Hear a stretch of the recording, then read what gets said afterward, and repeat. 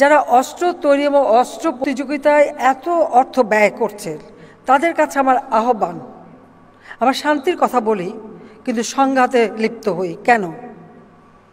এই যে অর্থ ব্যয় হচ্ছে, এই অর্থ যদি এই যে ক্ষুধার্ত মানুষের আহারের ব্যবস্থা, শিক্ষার ব্যবস্থা, চিকিৎসার ব্যবস্থা করা হতো, তাহলে এই পৃথিবীতে শান্তি প্রতিষ্ঠিত হতো, মানুষের জীবনমান উন্নত হতো, মানুষ সুন্দরভাবে বাঁচতে পারত। কাজে আমি সবসময় যেখানে যাই এই একটা আহ্বানই জানাই, সংঘাত না, যদি কোনো সমস্যা থাকে আলোচনার মাধ্যমে সমাধান করা।